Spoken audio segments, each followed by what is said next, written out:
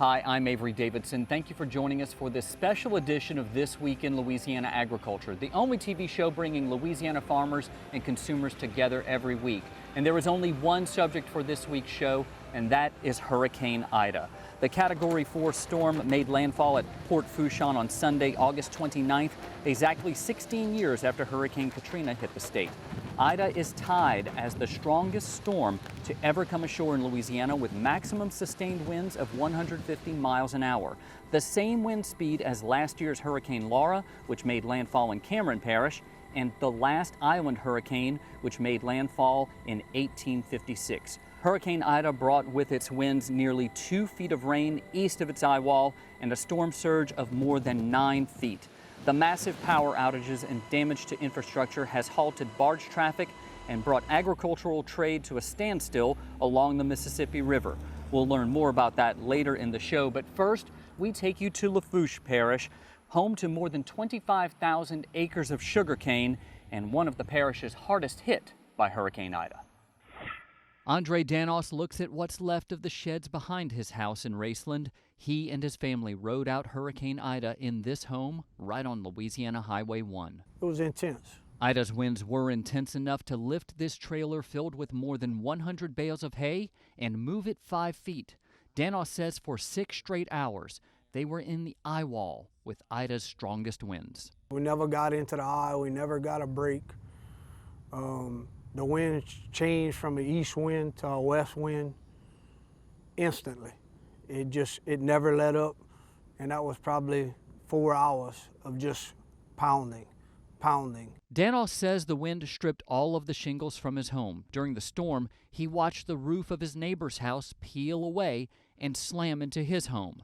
That's when he questioned his decision. It was a little bit of second guessing staying, but we were so busy on trying to move things and save valuables, save stuff that comes from my mama, save stuff that we've just been in my family for years, that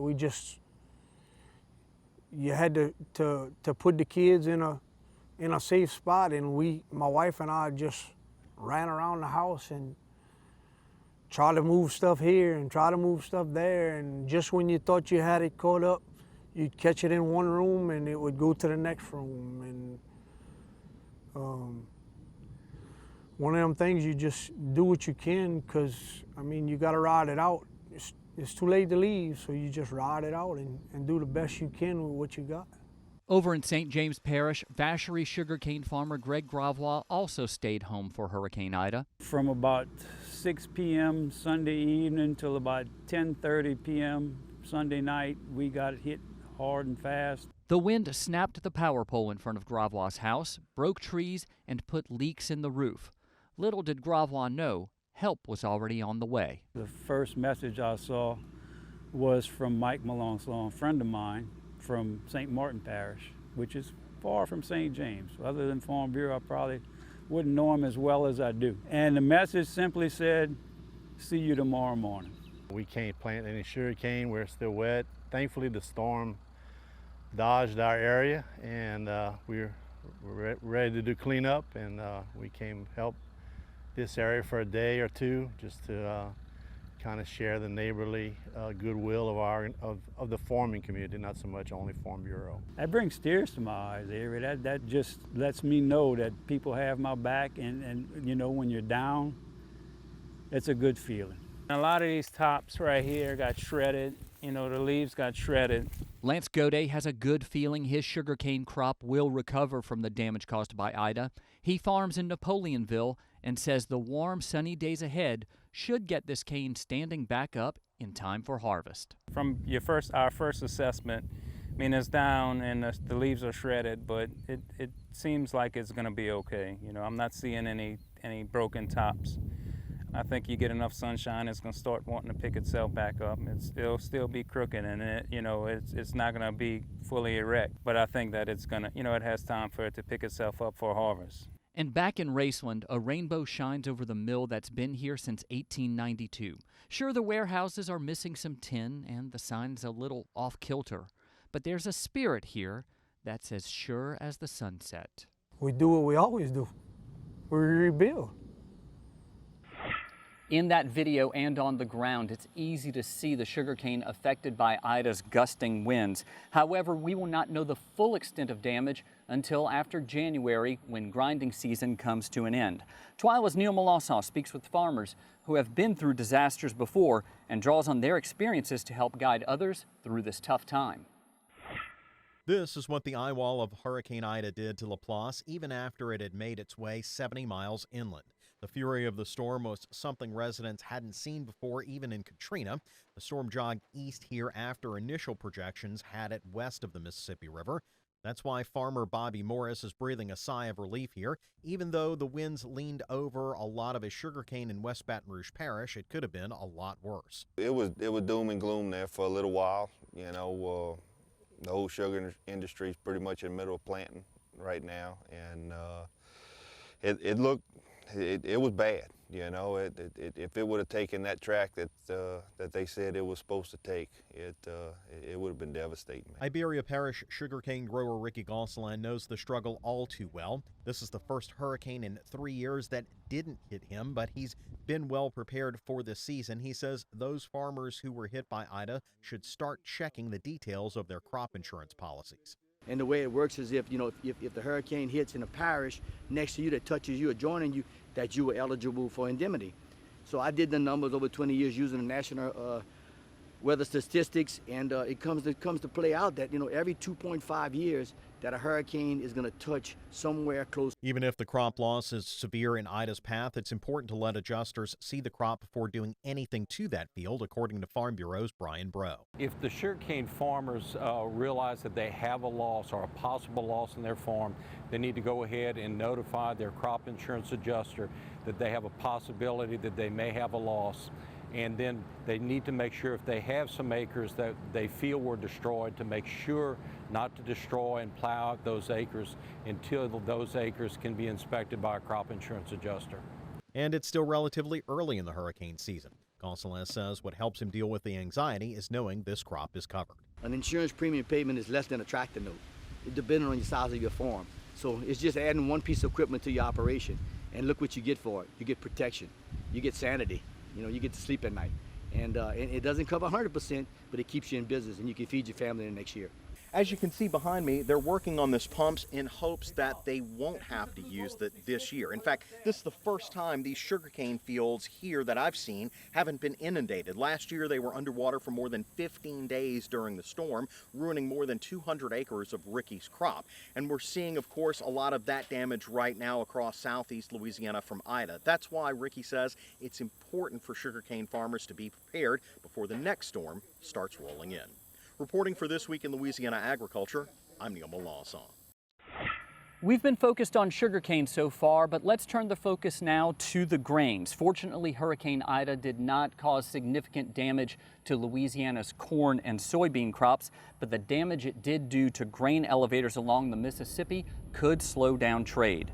This is the Cargill Reserve Grain Facility. You can see in these pictures that the conveyor system that takes grain to and from the ships and barges on the Mississippi River collapsed onto Louisiana Highway 44. In published reports, Cargill officials issued a statement saying the company is assessing the damage as the reserve facility still has several personal safety concerns and power outages. The company currently has no timetable to reopen operations there. Experts in the grain trade business estimate it'll be 2 to 4 weeks before this grain elevator can resume operations. That's also contingent upon river traffic resuming on the Mississippi River. We'll talk more about that with Louisiana Commissioner of Agriculture and Forestry, Dr. Mike Strain. Turning now to animal agriculture, excessive flooding and damaged fences have caused great needs for Louisiana livestock owners. However, help has already arrived in South Louisiana.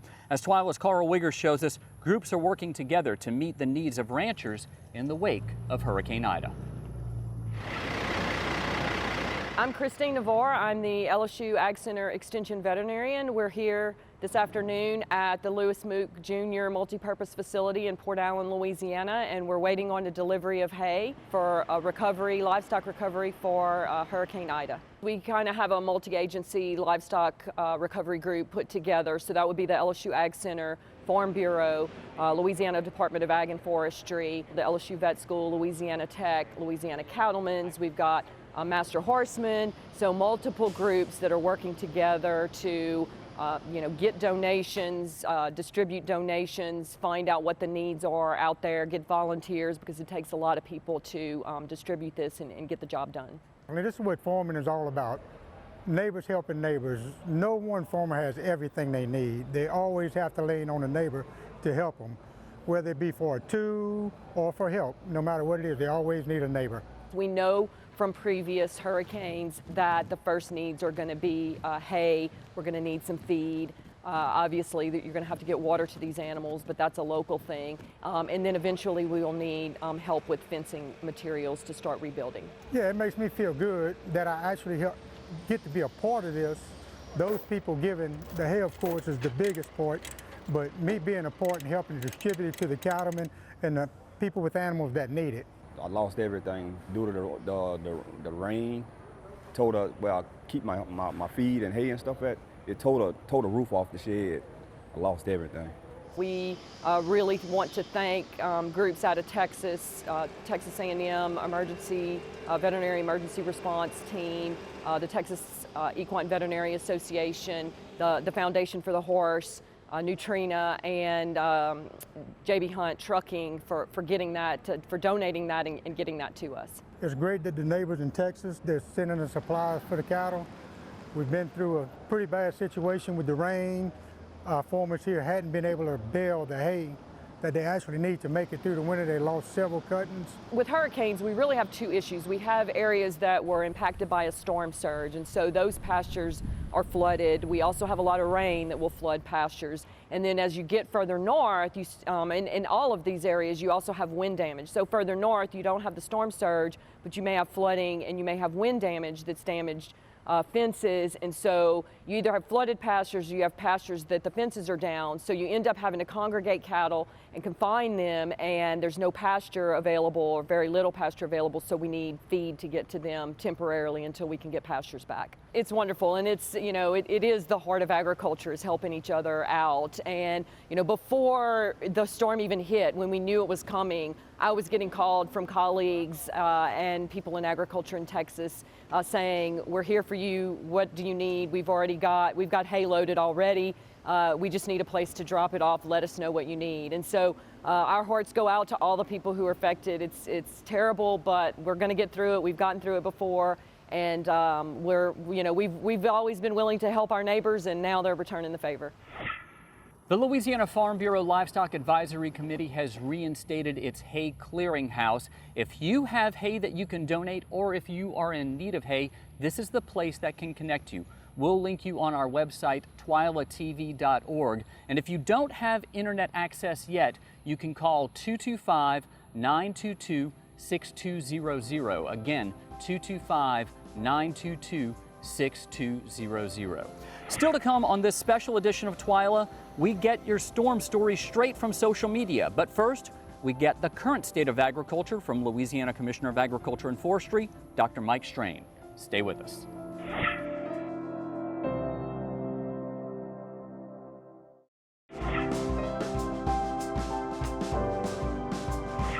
Thank you for staying with us as we continue our special coverage of Hurricane Ida here on This Week in Louisiana Agriculture. Right now, I am at the Louisiana Department of Agriculture and Forestry's Sub-Emergency Operations Command Center for this. Joining me now is Commissioner of Agriculture and Forestry, Dr. Mike Strain. Dr. Strain, first, thank you so much for all that you're doing for our farmers and ranchers. I know you went out on a plane recently to go and tour some of this. Yes. What did you see from the air? Well, what we did, we flew the river, and then, of course, we flew through the cane fields, went all the way down to Point Celeste, and then we flew back up through the eye of where the storm went. So starting here, we went, from grain elevator and then also looking at our refineries. And what we saw is a tremendous number of barges that are onshore. In other words, they were grounded, and so they are basically in what we call the batcher area. And so since the river was low, most of them did not make it up onto the east bank levee. A number of them are sitting on the west bank levee because that levee is much more steep. And then we did see a number of sunken barges and barges that are going to have to be pulled out because they are in the channel. Until a little while ago, there was no motion on the Mississippi River, and we've also been working to get these barges and our tugs moving. When you see the river, it is completely full of barges and tugs and ships. And we saw a number of ships that were grounded, probably at least 5 ships that are physically grounded. They got tugs trying to get them off, off of, being grounded, trying to get them back out into the channel. And some of them may have to wait until the river rises to move. They're sitting up there kind of high and dry.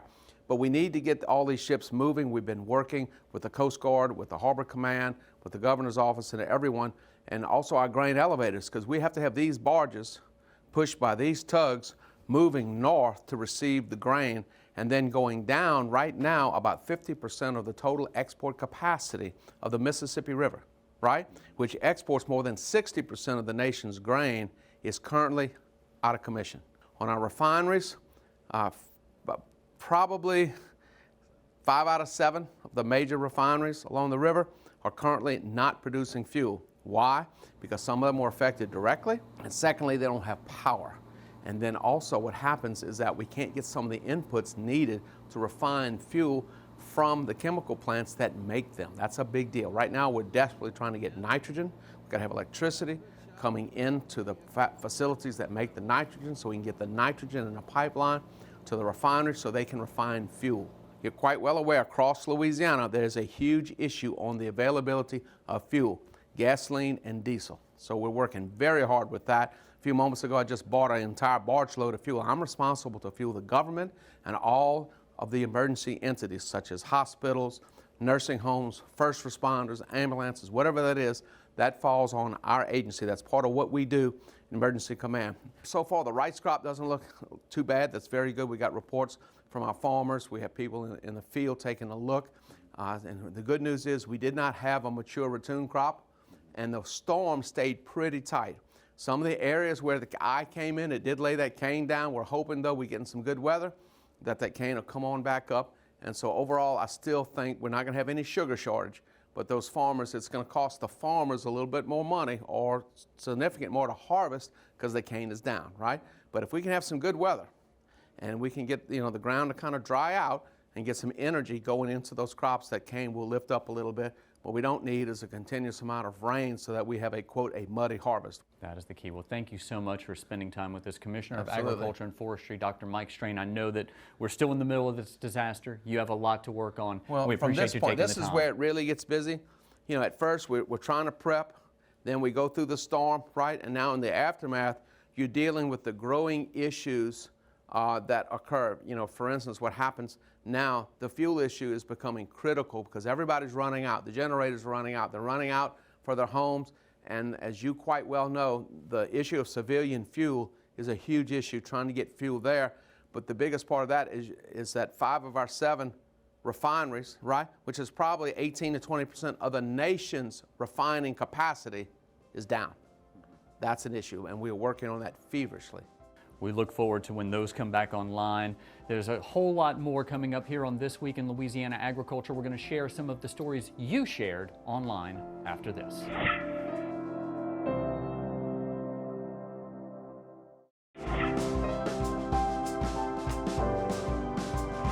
After all of this talk about Hurricane Ida, we think it is time for a TWILA boost powered by Entergy Solutions, which can help you decrease energy use and maintain a modern, safe operation.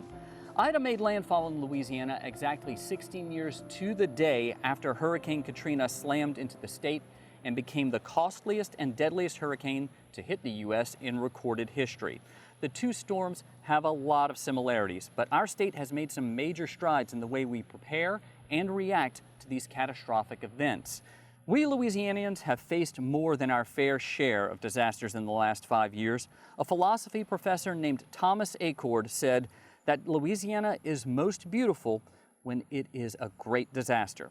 And that rings true time and time again. From Shreveport to Grand Isle, our state bands together, and no one watches their neighbor suffer alone. Residents of Lake Charles are still picking up the pieces from last year's hurricanes, but they were some of the first to reach out and offer help to the victims of Ida. They shared helpful tips and advice to help others make it through weeks without power and water. Schools and businesses gathered donations and supplies to send to their neighbors in southeast Louisiana. The Cajun Navy mobilized and rolled into the hardest hit areas before the storm clouds even moved out. More than 1,000 volunteers set out in boats to rescue residents stranded by floodwaters. When Ida cut power to areas of South Louisiana, various organizations and citizens donated food and money to provide meals for first responders on the ground. The Louisiana Department of Agriculture and Forestry deployed an emergency fuel response system and its mobile pet shelter to care for animals in flooded areas like Laplace. While farmers raced against the clock to harvest and plant as much of their crops as possible before Ida hit, they also raced to help their neighbors in need after the storm. Louisiana Farm Bureau's Disaster Response Committee created a Facebook group to assist other farmers and ranchers find the resources and help they needed. As we told you earlier, the Louisiana Farm Bureau also opened its hay clearinghouse to help ranchers feed livestock who were hit by Ida. Thousands of tarps, chainsaws, generators, gas cans, and hot meals made their way to South Louisiana this week.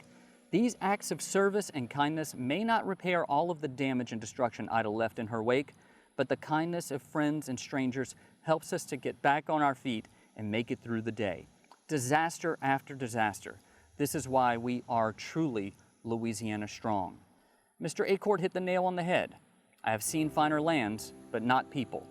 Keep the world and give me Louisiana, even in disaster. Now, this storm has also affected those of us on the TWILA team. Right now, I'm standing in my front yard. That root ball you see right there is a red oak in my front yard that fell over into the street in front of my house. Right now, Neil Melanson and Kristen Oaks White are without power. Our graphic designer, Monica Velasquez, she is just arriving to her home to find out that it was spared floodwaters there near Robert, but she had water surrounding her home, still is without power, internet, and communication. Carl Wiggers, he's been blessed. He got power back at his house just last night after he made a fuel run for his generator. So, you know, all things considered, we're in good shape, and we're still gonna go out there and tell the story of agriculture. That is what we do. We work for you, the Louisiana farmers and ranchers who serve this great state. So, coming up next week, I can tell you now, we're just beginning to cover what Ida has done to agriculture here in the state of Louisiana. We're going to continue that and keep doing that until all the stories are told. You can watch this show and all the stories from it on Facebook, on our website, twilatv.org, and be sure to subscribe to our YouTube channel. For all of us here at TWILA, thank you for joining us. Stay safe, and hope to see you again next week.